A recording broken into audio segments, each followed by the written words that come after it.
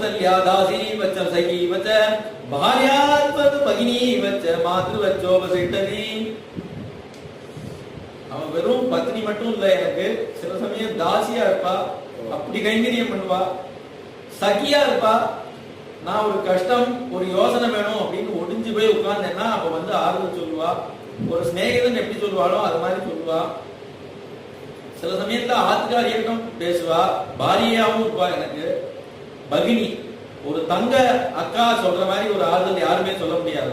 அத மாதிரி ஆறுதலும் எனக்கு சொல்லுவா. அவ என்னதான் பண்ணல, சகல சர்வ கைங்கரியும் எனக்கு பண்ணிருக்காளே, அவளுக்கு எப்படி நான் அப்படி ஒரு அநியாயத்தை நான் செய்ய முடியும்? அவ ஒன்னே ஒண்ணுதான் இந்த ராஜ்யத்துல வச்சுட்டு இருக்கா. அவளுக்கு இந்த ராஜ்யத்துல எந்த மதிப்பும் இல்ல.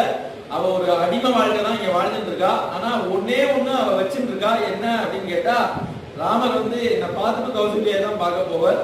அங்க போய் நமஸ்காரம் பண்ணி எந்திரிச்சா அந்த முகவிலாசத்தை தான்